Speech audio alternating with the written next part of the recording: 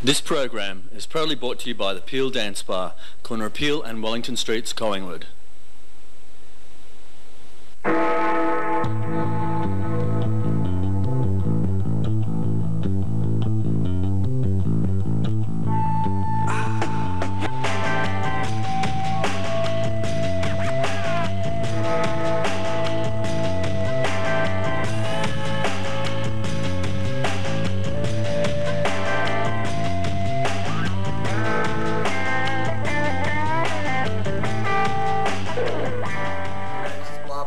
We're at the Peel. Where else will we be but the Peel? We're going to do a show tonight which we're going to call the Baby Show. It's called IVF, something which I don't understand and know much about. And I hope the people in Commercial Road are watching this, because no offence, I've been told there are some fags in Commercial Road that don't like this show, don't like lesbians, don't care about lesbians. Well, I'm really sorry, Commercial Road people, but you've got no option but use your brains. Now, you know who I'm talking about, you don't even mention who they are, you know who they are. And the stupid comments we've been getting that are anti-lesbian, that are misogynistic. Good luck with your little scene down there, kids. Hello, this is Blind. We're at the Peel, because we've just had it. I'd like to introduce a few people around. There's a few doctors here, you know, health professionals, people with lots of money driving BMWs. Dr. John, what do you drive? I drive a Bentley. A Bentley? Don't you just hate them? Anyway, that's Dr. John McBain, who's a gynaecologist. How long have you been a gyno for? 26 years. Doesn't look old enough, does he? But he's got that accent. Next to John, we have Jenny. Now, Jenny Blood, you're at the Royal Women's? Correct. And what do you do there? A counsellor? I'm a counsellor, yes, attached to the Reproductive Services Unit at the Women's. So Jen's going to tell some secret stories later on. It'll be fantastic.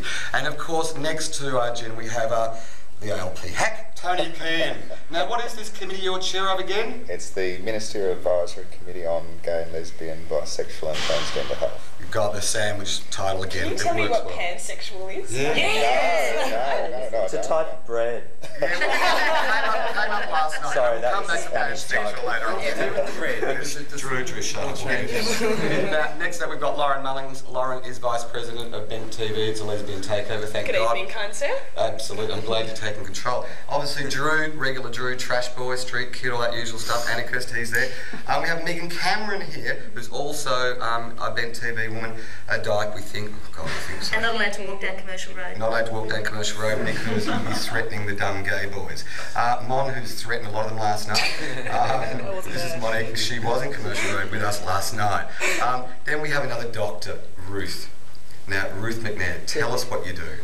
I see lots of lesbian patients, or clients, or people, they're really people, and I'm on the same committee as Tony and Anne, and I'm the convener of the Fertility Access Rights Lobby. So you're a bit of an activist, a dyke activist. Yeah, a bit like that. Okay. Well, we'll get back to you in a second, we really will. Now, moving down the line, we've got someone from La Trobe University, Anne Mitchell. That's right. Tell us what you do there. At La Trobe University, I coordinate the Community Liaison and Education Unit in the Australian Research Centre in Sex, Health and Society, and we do a lot of research into issues that are important for the gay community, and my job is to sort of get those research findings into practice, so maybe into school curriculums or educational resources. Great. Well, it was a pleasure to have you here like the others, but of course our favourite, no offence, is Quentin Buckle. Now, we all know who Quentin That's Buckle a worse acronym than GLBT with mail. I know, it's unbelievable. Anyway, you're about to watch a panel of very intelligent people. We're not, our guests are, who have a lot of money. So let's start with a money doctor. Now, John, let's start with you over here. Now, tell us what you do. We know you're a gynaecologist. Seriously, what are the issues? The issues are treating everyone the same.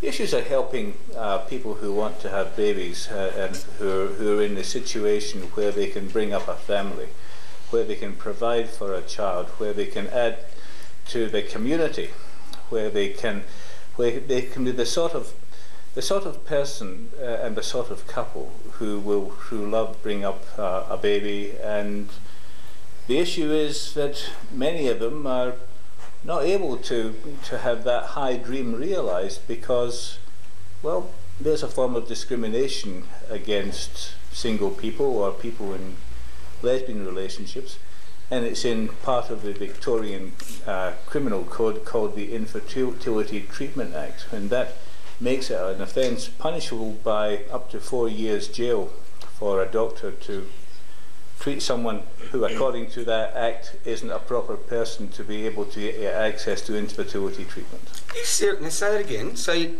can get jail for 4 years. 4 years. Yep. So what's the criteria? Oh, well, you have to obey the law, of course, and the law says that it's an offence punishable by so many penalty units or up to 4 years jail if you treat the wrong type of person. These are the sorts of things that you don't hear about. You know, it's just all put under the carpet. You know, it's like how severely our rights are infringed upon. You just don't actually hear about it. Well, you see, this started off back in early 1980s, when in Victoria, the Victorian government asked an eminent academic lawyer to advise the government if new reproductive technologies should be regulated. In New South Wales, we did the same thing. They asked the chairman of their law review tribunal, I think that's what it was called, if there should be regulation of new fertility treatments. In Victoria, they said yes, and we got the Infertility Medical Procedures Act of 1983. In New South Wales, they said no, and ever since, and recently we heard Bob Carr reiterate this, ever since in New South Wales, the politicians have said this is something between doctors and their patients. The state doesn't belong there. In Victoria, they've said, oh, there's some terrible things that could happen, and we're going to pass a law to make sure that they stop doing it if they're doing it just now and they don't do it in future. And the question which I continue to pose to politicians in Victoria and anyone who will listen is, what are the abuses which continue to happen in New South Wales? Where's the harm? What are the daily scandals happening without the protection of this wonderful legislation in New South Wales? And of course nothing. But it's one of these things which has become impossible to get off the statute books, because there are groups who say if you do that, then the sky will fall down. It certainly will fall down on you electorally. God, here we go again. The same crap, John. The thing that amazes me about that is that ordinary fertile heterosexual couples can just, like in the back of a car, do it and reproduce, you know, without thinking about it. People who have to adopt have to think really hard about it, and they're absolutely put through the ringer to make sure, that they're reasonable, sensible people, to a degree that anybody who can just blow up and push it out doesn't have to do.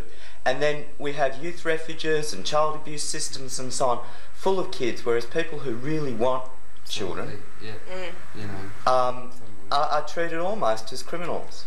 Okay, well, come back. We're all pretty appalled about this. I want to go to Ruth. You're a doctor. What are you doing about it, you little lesbian activist? Well, yes, I've got my own thing happening out there. I mean, we're at the clinic where I work. We get lots of patients coming in who are looking to get pregnant. They want to know how to do it. What's the safest way? What's the best way of doing it? What time of the month? And so we give them lots of advice about that, which is useful because they can be a bit safer. They can make sure their sperm donor is screened if they're deciding to go with a known sperm donor. And better say why. Screened for hepatitis B, HIV, syphilis, chlamydia, gonorrhea. Well, that counts us out, thank God, Quentin. That's the main thing. I'll come back in a second, Ruth. Jen, what are the issues that you keep facing in there at the Royal Women's in this process, without mentioning their names, but tell us the stories anyway? Oh, well, in fact, in the end, it gets down to relationships, I think. We're talking about two people that are choosing to have a family together, and what that hopefully will be premised on is a stable and secure and loving relationship that will offer that child the potential to grow and develop. And that, I think, has been the unique experience for me to see just the strength of the relationships of these women and the considered and informed way they are making their decisions to have family. And they're not just thinking about themselves, although that's partly obviously their need, but they're also anticipating and thinking about the needs of their children as well. So I must say, from a counselling perspective, they're a delight Oh, how disgusting. Lesbians can't be delightful. Look, I'm a male homosexual. I have no interest in lesbians according to the commercial road entrepreneurs, but we're not going to say that on television because we're not getting involved in a public brawl in the media. Do you find that with the lesbian couples that you counsel, that they have quite a large extended family, more so than perhaps heterosexual couples? They have a good support network. It's not necessarily family, although often that's the case. Yeah, I submit that the friend base, the support, that sort of thing. Yeah. There's a broad base that would commonly be there. And they actually put that in place in many cases, anticipating, as I say, the needs of their children. So they're setting up male models, ensuring that those opportunities are there for their children, that they'll have backup and support if they have any particular needs where they might need that. So. Are single women, lesbian or heterosexual, are single women treated any differently to lesbians, or lesbians treated any differently to single women under the law in this context? No. So I'd see single heterosexual women and single lesbian women as well. Well, that's not as common. It's more common to see a lesbian couple and a single heterosexual woman. So I want to come back to that. Anne, tell us what's going down where you are. We've only got a couple of minutes till we do a break. Well, I'm interested in what Jenny's got to say, and I think it is really important that those messages about how bad gay families are and lesbian families, and maybe even a gay man might be involved as a father in that kind of family scene, that message is somehow controlled. Every time we have this debate, the issues that keep coming up are the ones about what a bad thing this is for the child. You know, they'll be exposed to these kind of immoral people and so on. Like Drew, I agree. I wouldn't like him near him in the slightest. They end up on the streets like you. I'd like to go near him. I would love for a child to be raised by 10 of me. 10 of them? Right, he comes. Goodness gracious. And I'd have 10 children as well. That'd be great. Oh, God. Look, we're going to be going to a break very shortly. We're going to come back. This is the baby show. It's IVF. And we're going to hear more comments. And apparently lesbians, or some of them, want to have babies. And apparently there are a couple of boys that make great role models like ourselves. This is blah, blah, blah. It's Monday night. We're at the Peel, and by God, we're happy about this. See you very shortly. Bye. We're out of here. We're being counted out there because I can just hear a bit jumping.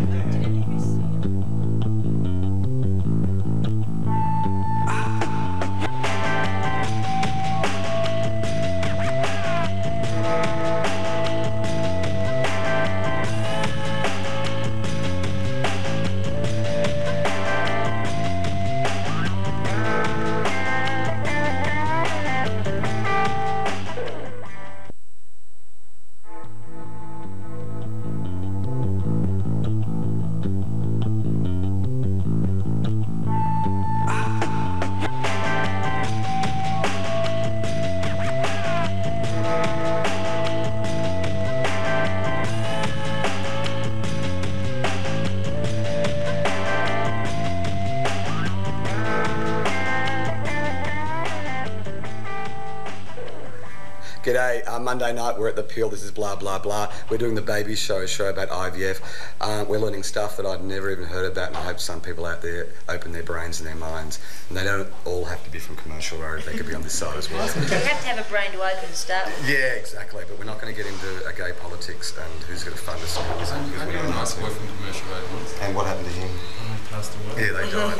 That was yesterday. Yeah, sorry about that. It's actually quite true. Anne, back to Anne Mitchell from La Trobe Uni, convened some bloody committee with some huge name. Finish what you were saying.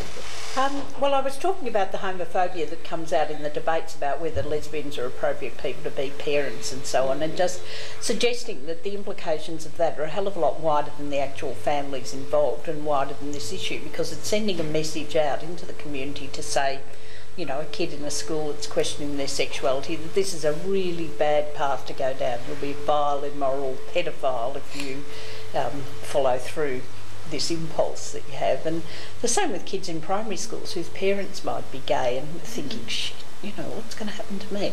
So we really have to think that it's having an impact on the whole community and the health of the whole community, particularly around those mental health issues that, you know, I think is really bad scene. And the way that child's going to be treated by their schoolmates too. Yeah, well, think, you know, yeah, schools are at the moment quite exactly. equipped to deal and is with it that, promoting the parents, the lesbian parents or the gay boy parents are going to start to become closeted about it because they don't want to put their child through that. Yeah, that's right. But the child still knows about it and is living with it and dealing with, stress that's completely different. I think we're all living proof because most of us had heterosexual parents, and all the research cannot demonstrate any correlation between the sexuality of the parent and the sexuality of the child. And I'm not sure about. Look at Frank, who's DNAing up there. Yes, all his sisters are lesbians. His mother's a lesbian as well. Actually, most of the adolescent or adult children I know of lesbian or gay men are heterosexual. I know, it's just wrong, isn't it? Sick. We try so hard. Now, but this Ruth. is the other issue. I mean, it's just, this is already happening, There's this thing out there that, well, if we have a law that prevents it, then it won't happen. But we know that lots of lesbians are out there having kids, have been for centuries. Lots of single women are out there having kids. And in fact, there's increasing popularity amongst lesbians to want to have kids. Yeah, now, hey, what was your line about, lesbians of the future? They are. I mean, you look at the rate of heterosexual couples dropping that are having kids, and big headlines in the front page of The Age recently, our population growth is falling. Well, I mean, come on, lesbians, get out there, we're doing it. Yeah, but we don't want too many, particularly black ones, darling. We want nice white lesbians to have them, because mixed races doesn't work. Half-caste, get your hands up. Oh, shut up. Don't make that move. Jeez, you're a thug lesbian. John, save me before I get beaten up by this half-caste. Stolen generation stuff. We were talking in the break. I think you're getting what you deserve, really. No, seriously, let's get back to the stolen. Don't encourage her. Sure. You were talking about the stolen generation stuff. On the day that the decision was handed down in the federal court case that I was involved in, a couple of spokesmen for major bodies, one, the Archbishop Pell, really denounced that finding, and the Catholic Bishops' Conference are appealing that case in the High Court next year. Round about the same time, Senator Harding from Tasmania was genuinely distressed, I think, and this is where there's a problem with understanding in these matters. I think he was genuinely distressed that this was going to lead to what he called another stolen generation. Nothing could be further from the truth. The stealing goes on surreptitiously. It goes on when a woman uses a man, steals his sperm. The child knows nothing about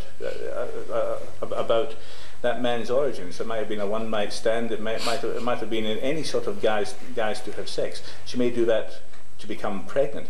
Now, the women who are coming along seeking reproductive medicine treatment are taking a responsible view. They want the child to know who the biological father was. They don't want to steal gametes. They don't want to steal a person, leading to what could then quite properly be called a stolen generation. But this is a very antithesis of the use of that word stolen. This is considered, this is sensible, this is caring, this is planning, and this is loving.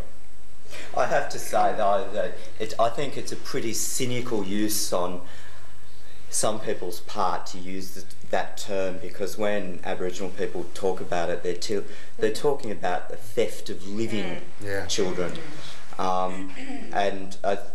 It smacks of politics, not yours, but the people who raised this question in this way. But I think you're right. Was it? The contrast is absolutely that people who want IVF are thinking hard about it. Yeah. I want to go to Tony. We haven't introduced Tony Keenan, who's the ALP head of that committee of sandwich, whatever it's called, I don't know, GLBT. Ministerial mouthful. Yeah, that one. The ministerial mouthful. Have you told the minister about this yet? Tell John's weight. Now, what are you doing about it? What's happening up there in government? Because we voted for you scumbags. We got you in. Yeah, you owe us. Yeah, I just want to point out I'm not actually part of the government. Oh, of course he is. Keep going. Go on.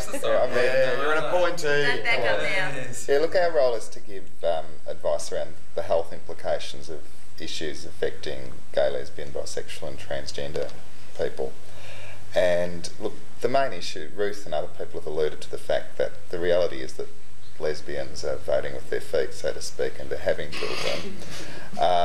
And we're concerned that they're doing it unsafely. Obviously, one of the major donor pools, if you like, are gay men, and it's the same group that, if you like, unfortunately has the highest level of HIV infection.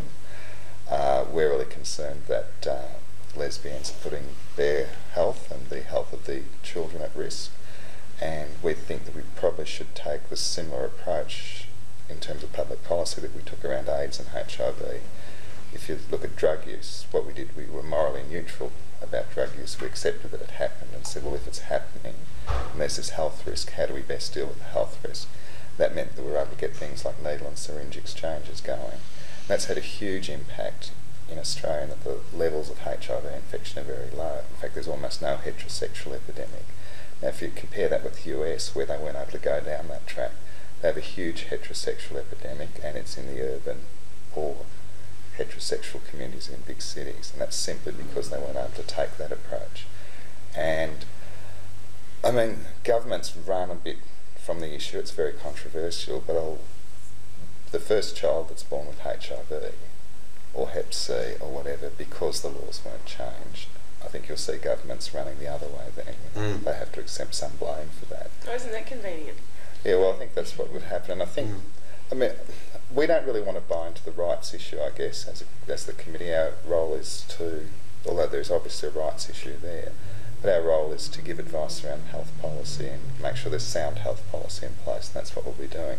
We've written to the Minister about that, and I mean, the law needs to be applied consistently. It affects lesbian women, it affects single heterosexual women, it affects women partners of female to male transsexuals, and yeah, the reality is that women are doing it, they're doing it unsafely, and that's the health issue we need to deal with.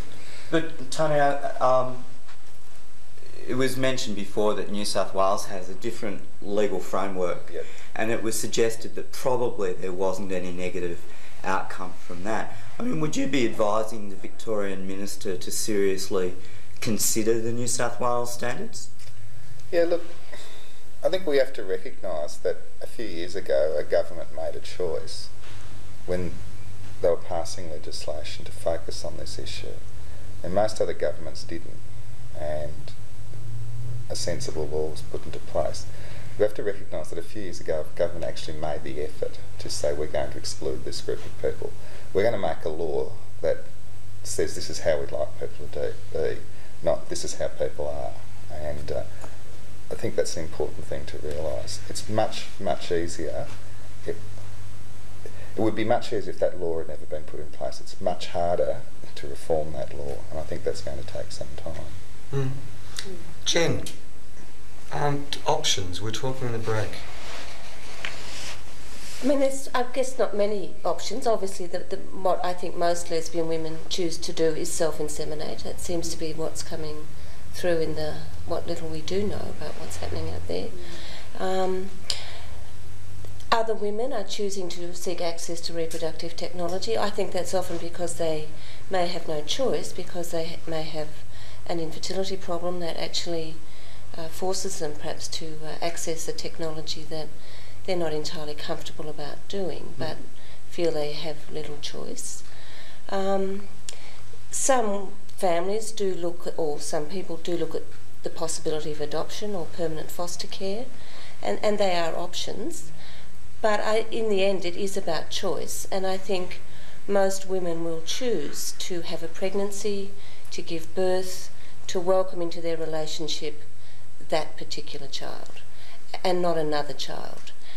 And that's the big difference between adoption, I think, is that you're choosing to bring into your family a child that comes with a very different history than the one that you would have conceived yourself. Yeah. And the important thing in Victoria is that these choices aren't available. I mean, we have adoption laws that specify that only heterosexual couples can adopt children.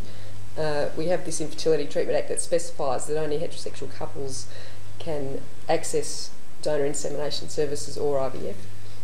Unless they happen to be an infertile single woman, then they can access IVF now. So what options are left?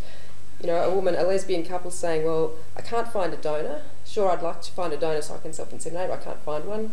I can't access donor insemination here. I can't adopt. What do I do next? I have to go interstate or give up my right to have a child. So do many women do that, go interstate? Yeah, quite a few. Like like the old days of abortion when there were different state laws around abortion. Yeah, off to South Australia. So how many women dykes do you reckon do go interstate? Well, I personally know at least 20 who've gone up in the last 6 months to interstate services. Albury, Sydney, Tasmania, Canberra. You know, what's happening? I mean, why can't they access the service in Victoria, a mere few hundred kilometres difference? Mind you, those women are making a sensible and safe choice to do that rather than do it in a risky way, which is what the law enforces here. Yeah, well, it's a hard choice because it's very costly, it's very time consuming. Yeah. They're not guaranteed an outcome anyway. Listen, guys, we have to go to a sponsorship break. This is the baby show. This is blah, blah, blah. I'm going to come back in the final segment and really ask hard questions about, do we want kids? Now, there are a couple of heterosexuals here as well, and I'll be asking those two on the couch over there. This is blah, blah, blah. It's Monday night, and we're out of here any second. We want heterosexual couples over there.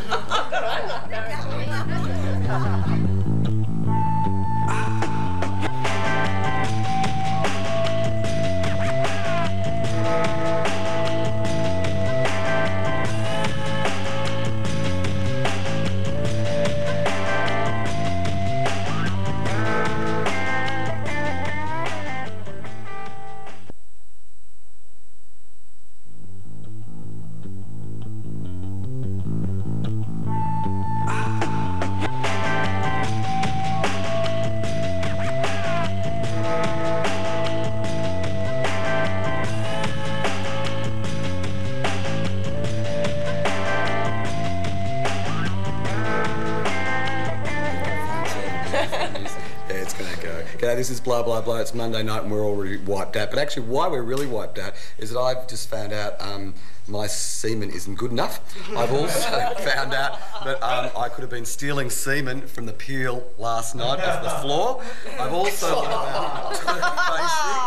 I've also Lift your feet, folks. Yeah, I know. Where in the hell are we?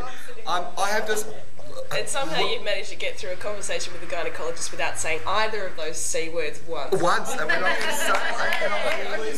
I'm planning a criminal act. I'm actually now planning a criminal act which I'm going to actually execute within 5 years. I know, it's so weird. It's premeditated. Look, it's one of... Before, I mean, Drew had this line that, like, why should lesbians have kids? Why should anyone have kids? Etc. etc.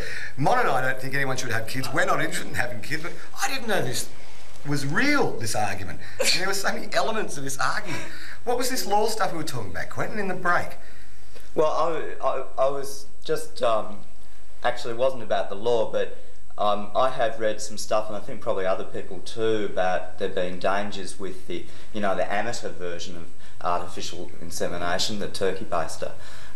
So putting the question aside of screening and making sure that the semen that is being used doesn't have HIV or HEP or whatever. I just wanted to ask the doctors here, for people out there who might be considering, how safe is amateur artificial insemination? Ask Ruth first.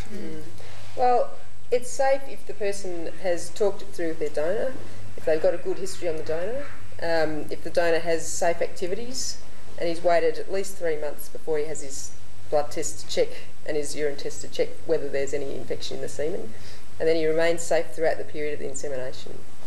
And what about for like the actual conception, the baby, in the process of the amateur thing, is there any risk? There's no risk. I mean, it doesn't matter how you get the sperm into the vagina, whether it's with a penis or whether it's with a syringe. Turkey basters are out, mind you. Well, whatever. I've never actually done it myself. Well, we'll come back here about the turkey baster. We just heard John talk about it before. And you're a lesbian and you've got 4 kids. We know this. How'd you do that? How'd you do it? Pop them out of the hat. And was it with a turkey baster? It was live train. Immaculate. That's the one thing we haven't talked about here, immaculate conception. Is that how you did it, Anne? Absolutely. Yeah.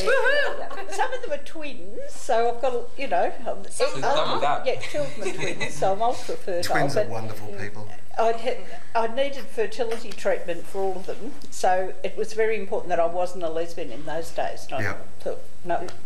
Keep that till later in my life when I've done it. Save it up for the good times. That's it. She's got it. Yeah, absolutely. Girls work like a dream. I want to go over here. I want to go back behind the couch for a second. Because we actually do have some heterosexuals with us on the heterosexual corner over here. Now, you've got 7 kids or something driving that Bentley, have you, or something? 7 children. It's a very old Bentley, by the way. Oh, it must be hard being a wealthy Collins Street. Very young children. In fact, there's a couple over here in the peel, but they're with your dad, it's okay. You had this very descriptive way of explaining the turkey basing and the break. Because I've never heard of it. No, that's the descriptive way. He had a scientific and technical way. Technical way. Explain the process. Under the bushes, I think. Yeah. Oh no, that was, every gynaecologist nowadays, a barrack room lawyer, we all have to give legal opinions in terms of what we're thinking and the treatment that we're doing. Now what I was talking about was there's the unofficial or amateur way that you've mentioned of doing the self-insemination. The technique itself is safe. As Ruth has said, if you've got the trust in a relationship with some guy who is going to remain safe and has blood tests done which show he's currently safe, then that's probably okay. It still wouldn't be allowed in the heterosexual community. We still wouldn't use fresh sperm. We would be interested in no risk rather than low risk. The heterosexual community are using fresh sperm all the time. Yes. That's the way of doing it. That's a very good point, Ruth. Yeah. Yep, you're quite right. And they're using fresh sperm, not always in a relationship. Exactly. Quite correct. And nobody ever goes up to them and says, "Excuse me, are you going to be a fit parent?" No, you need counselling to become a fit parent. You pulled me up quite properly there, and that. But aside from that, where the donor is going to be someone who hasn't had the benefit of coming along to see Jenny, or hasn't thought through donor issues, or hasn't been made aware of his rights and possible obligations for the future. You see, if you have donor sperm as part of a clinic and the donor has gone through the official way of doing things, the Status of Children Amendment Act of 1983 says that donor has no rights and no obligations. I'm not clear, if you haven't been through that process, if you have then no obligations. If the woman separates from her partner and if they're destitute, if she develops motor neuron disease and has and becomes an invalid, do you have any responsibilities to that child? I don't know that. And that's why we want to bring it out from under the table, sub rosa, under the hedge, into the mainstream. People deserve mainstream good treatment. And they need to talk to the Jenny Bloods. They need to get proper information. They need to be made aware of consequences. Okay. We at Bent want a child. Lauren may bring it into the world, definitely not Monique, maybe Megan, but doubtful, she's too old, let's be honest. Drew and I'd make great father figures, wouldn't we? Oh God, Drew, imagine, I don't hit the bloody kid the whole time. Jen, if we all rolled in as a group to you before we went to see Ruth, when Tony gets the legislation changed, what would you say to us? I mean, seriously. Would we represent a good family? So look, this is actually something I'm going to do. I have no way of predicting who's going to be a good family or not. And that's not my job. That's the responsibility of the individuals involved in making these decisions. My job is hopefully to ensure that they are making informed decisions about what their choices are, what the implications will be for them as individuals, what impact this will potentially have on their relationship, what it might mean if it doesn't work. People are investing a lot of time and thought and energy into trying to achieve this pregnancy, and it's not just the couple, it's their donor as well. And there's no guarantee that that will result. Yeah, but hang on, we're gays and lesbians. We think more than you heterosexuals. We're really smart, and we've actually worked it out. Like, our parents are really close friends, but they don't talk about the fact they've got a dyke or a faggot kid, which we've never worked out in our lives. And we wouldn't want the kid to be an artist, and we love dark-skinned people. In fact, they look so cute, don't they? Particularly on the cushions on the floor. We need a sponsor for this set. We'd be okay, and we'd really think it through. Yep. Haven't we? We've talked about it, haven't we? Oh, yeah. I've been planning it for 15 years, and I'm 5 years away from having He's got his land. We've got the apartment, we've got the city property. Actually, along this line, it's just bullshit. It's a criminal act, if you ask me. I mean, if it's I mean, in many ways, I mean, no one considers and thinks very carefully about having children. They usually just happen. And it's after the event that you start to realise all the What about surrogacy? We've been talking about lesbian women having children. What if a gay man, for example, asked to donate semen to a heterosexual woman, where it was a surrogacy question where he wanted the child? What's the situation there? Well, that's currently illegal. It's in not. Australia. Yeah, it's illegal. But I don't think that's the point of your question, either. It is illegal. It's part of. Yeah. Well, no, it's not possible to do that. In Australia, there was a very highly publicised case of 2 gay men in England who paid an American woman a large sum of money. She had the baby, now they've taken it back to twins actually, with a lot of discussion about whether these babies were English or not, and they had to stay in America for several weeks while this was being resolved in the court. Okay, I want to know where we're going. Tony, how far are we off in this state of the Labor government, who we voted for, changing the law? I think it's unlikely in this government. This government, it's a minority government with a Conservative upper house and minority government with some fairly conservative independents holding sway, so I think it's unlikely. There's also a law reform process, so there'll be a process of review by the new Law Reform Commission, and I think that report will be influential. So once again, we write more letters, we go and see our local reps, do all that usual stuff, yeah? Yep. And what about the doctors? What about the AMA? What about your bodies? What are you doing internally? Okay. We'll start over here. What are you doing, lesbian activist doctor? Yeah, I'm making a bit of a troublemaker for myself, actually. I mean, the doctors' organisations are also quite conservative, you have to admit, and are bound by the law. So we're being drawn, the law tells us this, our patients tell us that, our moral values tell us that. So at the moment it's a bit of an individual response to what's happening. And as John said, in some states it is up to the individual practitioner with the patient to make these decisions. And maybe that's the way it should be, but we've got this law, we're stuck with it, we just have to get some reform in it. And so you're as a good heterosexual father, you're in there fighting on for our case? John? I'm fighting for fairness. I'm fighting against hypocrisy, I think. I don't like this idea of, well, if you want to do this, why don't you go and do your dirty things across in New South Wales? But when you come back, well, what a lovely baby. That's what I find. I find that hypocrisy unsupportable. Good. Keep fighting, buddy.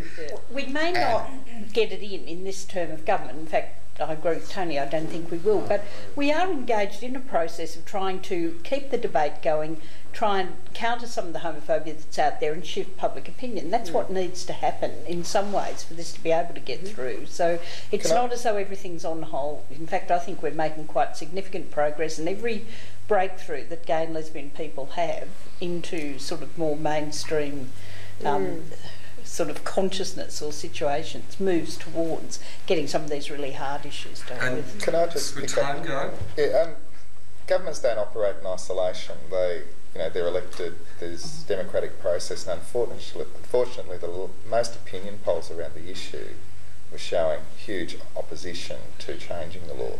So part of our role as a community is to work on community education and so on. I don't think any government of any persuasion is going to change a law when there's 90% community opposition. So part of the community's we're role out of here. Shut up, will you, Tony? We're going to have a baby. Bent TV is going to have a baby. I'd like to thank all the doctors, all the guests, and we've learnt stuff I knew nothing about. I have no idea. And I'm quite amazed by it. So thank you, you rich heterosexual doctor, you lovely heterosexual counsellor, you ALP hack appointee, lovely lesbian activist doctor over here, and an ex-heterosexual lesbian, now lesbian, with Mother 4 of kids, twins. mother of twins. My God, I'm a twin, that's scary. Oh God, Sequential quads. Oh God, this is hell. This has been The Baby Show, blah, blah, blah, Monday Night The Peel, we're out of here. See you soon. In fact, we'll be back next year, and the year after that, and the year after that. See you soon. We think we'll be back, and no one steals my sperm. I just worry about my sperm.